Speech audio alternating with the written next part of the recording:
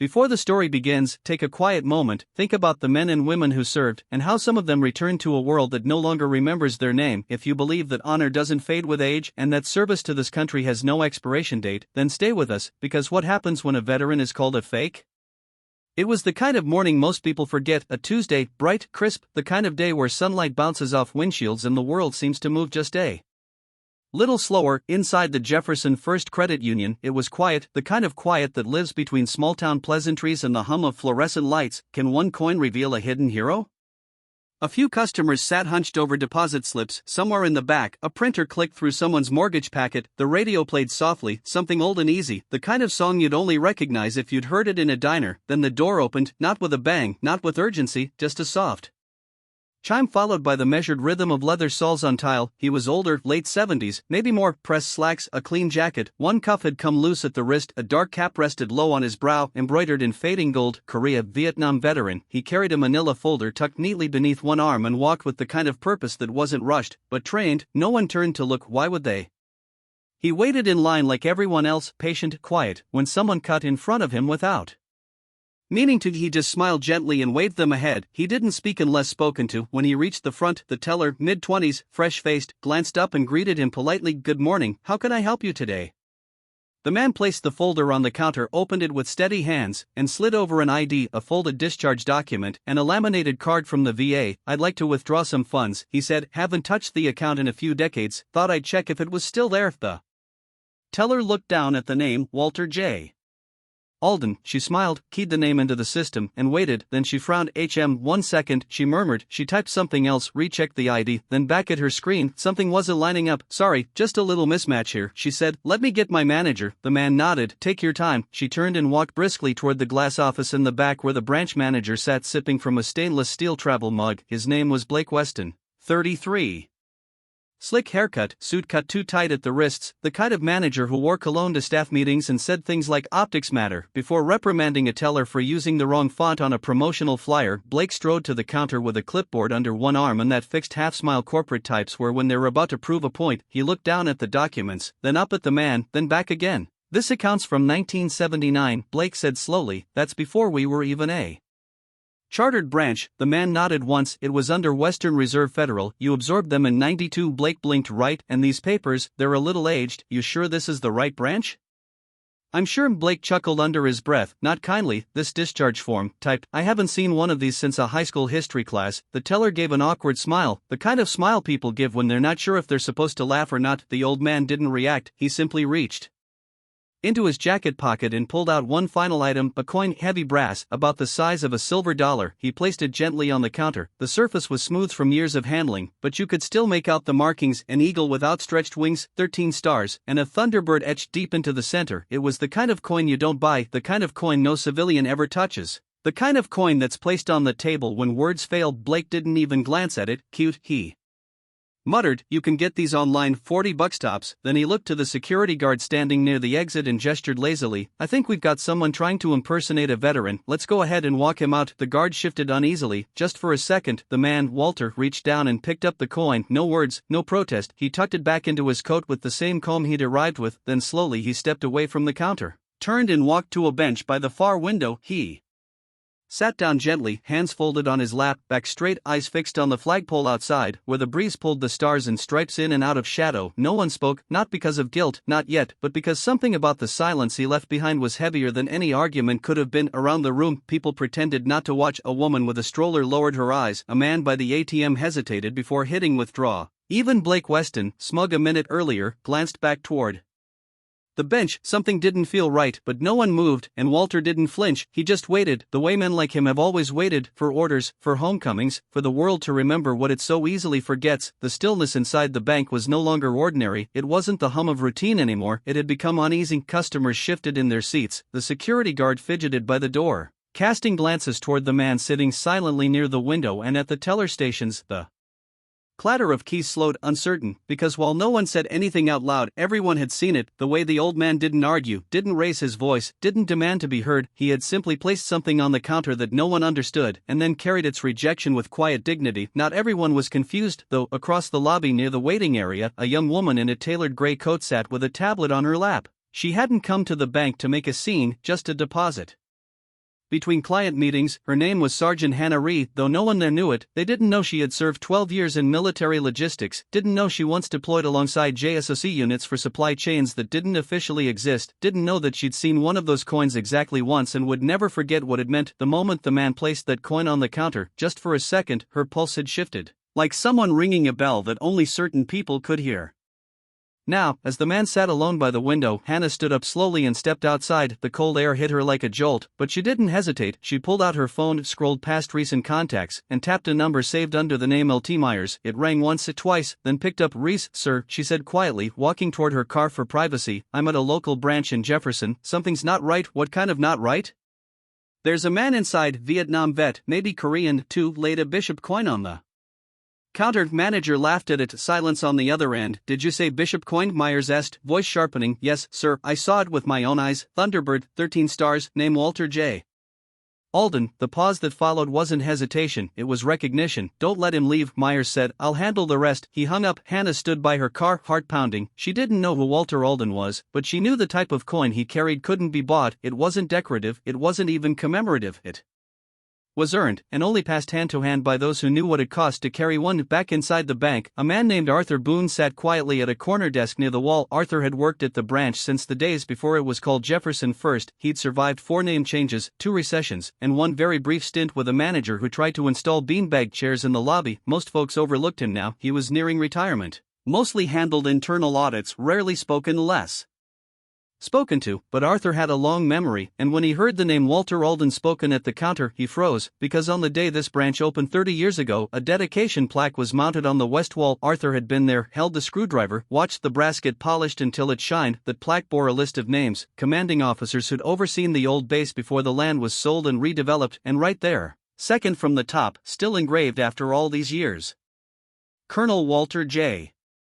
Alden, the Strategic Reconnaissance Division, Western Command. Arthur stood, not quickly, but with purpose. He walked to the plaque without saying a word, ran his fingers across the name, closed his eyes just briefly, then turned and walked to the side drawer of his desk. From it, he pulled out a landline phone few people knew still worked. It connected not to a customer line, but to a legacy channel once used for emergency contacts during national service coordination. Arthur dialed. 1 ring. A woman answered. He didn't explain, didn't hesitate, he spoke only 6 words: "He's here, Bishop coin, Ashland Trust," then hung up. 27 miles away, inside a reinforced conference hall on the edge of Fort Callahan, General Marcus E. Thorne stood at the head of a war planning symposium. The screen behind him glowed with satellite images. The officers at the table scribbled notes, reviewed projections, and occasionally glanced up when the general's voice grew sharp. He was mid-sentence when a lieutenant approached.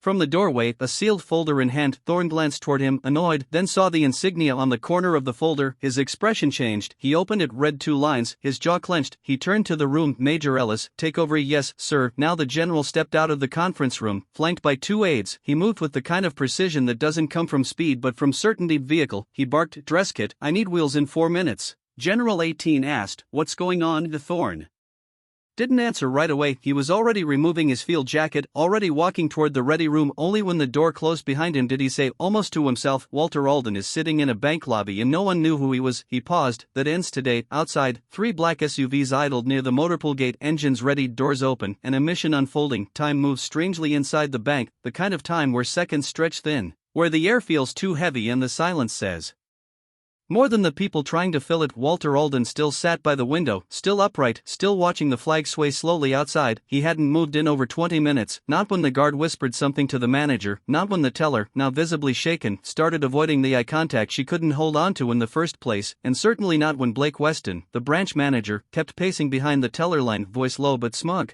muttering about frauds and metal chasers and retired fakes looking for handouts. No one laughed this time, not even the guard, but Blake didn't seem to notice the shift, probably hoping someone's filming. He muttered loud enough for everyone nearby to hear, "Goes viral, gets a GoFundMe, happens all the time." He leaned against the counter, folding his arms like a man proud of a lesson just taught. Then the front doors blew open. The wind followed first, cold and direct, then the sound, boots, not rushed, not casual, precise. General Marcus E. Thorne walked in like a Blade entering its sheath, silent, straight-backed, no introduction, full dress uniform, polished metals, eagle insignia glinting just beneath the brass trim of his overcoat. Two aides followed, one carrying a case, the other scanning the room without expression. Thorne didn't look at Blake, didn't pause at the security desk. His eyes found Walter immediately, sitting still, hands folded, as if he'd known this moment would come. The general walked forward, each step ringing with more command than any shouted. Order! He stopped 3 feet in front of the bench. The lobby held its breath. Then, with the precision of a man who had saluted 1,000 caskets in 10 times as many battlefields, General Thorne raised his hand and delivered a full formal military salute. The sound of it, the crisp snap of palm to brow, hit harder than a siren. Walter didn't flinch, didn't rush, but slowly, steadily, he rose and returned the salute. The room didn't move, not the tellers, not the customers, not the man filling out a check-in. The coroner, who suddenly realized he hadn't blinked in 30 seconds, this wasn't theater, it was reverence. When their hands dropped, Thorne finally spoke. Colonel Alden, he said, voice low but firm, it's good to see you on your feet. Walter gave a small nod. Didn't expect company, I came as soon as I heard. Thorne replied, didn't want it going another minute. Then the general turned and faced the room. This man, he said, his voice rising, not shouting, just enough to carry through marble and glass, served this country for over 4 decades. He gestured toward the aides. One of them stepped forward and opened the black case. Thorne reached inside and pulled out a folder, thick, embossed with the seal of the Department of Defense. Colonel Walter Alden was one of the original architects of Recon Command Doctrine, still used today across 4 continents. He commanded joint force operations in zones that still don't appear on official maps, and when this land, he pointed to the floor, was still part of Fort Wellington's strategic post. He was the one who led its last active mission before it was decommissioned. He turned toward Blake. Do you know what stands here now? Blake opened his mouth, then quickly closed it. Thorne didn't wait. This bank exists because Colonel Alden oversaw the transfer of operations, because he built the exit plan, because he stayed behind to ensure the community that came after would stand on something worthy. He stepped closer to the teller counter, placed the folder down. Inside, scan maps, old deployment logs, letters of commendation signed in fading ink by officers long buried, and a photograph, black and white, of a much younger Alden standing beside the very flagpole outside, before the walls of the bank had ever been poured. Then Thorne pulled out one last item, a framed replica of the original base plaque, the one that had once hung on the old operations building, now cleaned, recast, engraved in bold lettering. Colonel Walter J. Alden, Strategic Recon Commander, Fort Wellington, 1971 to 1986. Your branch, Thorne said, voice like steel wrapped in grief, was built on his shoulders. No one spoke. The teller stared at the plaque, eyes wide. The security guard's jaw was set, hands now clenched behind his back. Even Arthur Boone, the quiet man who made the call, stood a little straighter behind the desk, like something inside him had been seen again. But Blake, he looked like a man who had just remembered how to sweat. I didn't know, he stammered. His papers weren't clear. It was confusing. Of course they were old. Thorne cut in. Because they were earned. He stepped closer. And because when your day ends, sir, and your tie comes off and the lights shut down in this building, his legacy is still here. Thorne paused. You don't get to laugh at that. Blake said nothing, couldn't say anything, because in the presence of a man like Walter Alden, and the truth finally wrapped around his name, there was no spin left to give, only silence. The general turned back to Walter. His voice softened. Sir, if I'd known you were coming today, I wasn't here for recognition, Walter said quietly. Thorne nodded. But you've earned it anyway. Then he turned to the aide beside him and motioned to close the case. The formal part was done, but what lingered, what held the room still, wasn't the medals or the speech or the folder of declassified echoes. It was the presence of a man who had asked for nothing, and reminded everyone simply by existing what honor really looks like. General Thorne didn't offer a grand speech after that. There were no press cameras, no reporters waiting outside, no ceremonial flags unfurled with music swelling behind them. It was just a Tuesday morning in a small-town bank, and a man who hadn't asked for any of this, Colonel Walter Alden, stood quietly near the counter, the folder of records resting unopened beneath his hand. The teller asked softly, would you still like to make a withdrawal? Sir, Walter nodded once. Just a few hundred for my grandson, tuition's due next week. It wasn't a performance, it wasn't a plea, it was a promise he'd come here to keep. He signed the slip with a slow, practiced hand, accepted the envelope, tucked it into his coat with the same careful dignity he'd shown all morning. That should have been the end, but General Thorne wasn't finished. He reached into the inside pocket of his coat, pulled out a small velvet box, and extended it with both hands. Colonel, he said, voice quieter now, we've held on to this for a long time. Meant to give it to you sooner, but maybe today's the day. Walter looked down at the box, eyes narrowing slightly. He didn't reach for it right away, then he accepted it. The lid creaked as he opened it. Inside sat a metal, polished, heavy. It bore no rank, no emblem of a single campaign, just 3 words etched clean into the bronze: service beyond record. Walter didn't speak. He didn't have to. He simply closed the box and held it to his chest, like something long overdue had finally found its way home. Behind him, the room stayed still until one man stood an older customer, dressed in a faded flannel shirt, slowly rose from his seat near the wall. He placed his hand over his heart. Another followed, a younger veteran, eyes damp, jaw clenched. He raised his hand in a formal military salute, and then, without being told, without a word exchanged, they all began to rise, one by one, in the woman with the stroller, the bank teller who'd first taken the ID, the security guard by the door. Even the customer who'd scoffed at the commotion earlier, now standing quietly with eyes lowered. No one shouted, no one clapped, they just stood, and in that stillness, in that quiet, something sacred took place. Honor didn't have to be explained, it didn't have to be earned in front of cameras, it just had to be remembered. Walter turned to leave. He walked slowly, the same way he'd entered, one step at a time, no need to hurry, no need to look back, and as he reached the door, General Thorne placed a hand on his shoulder. "You reminded us all today," he said, "what it means to show up even when no one's watching." Walter gave a small nod. "I didn't come here to be remembered, I know," Thorne said, "but we will remember you anyway." The doors opened with a soft chime, and the man who had been called a fake walked out like a soldier returning from a war-long past. A week later, something new appeared beside the bank's entrance, same brass finish, same polished screws, but beneath the original dedication, once cold and formal, was a second inscription. Not explained, not publicized, just placed there quietly, as if it had always belonged. Colonel Walter J.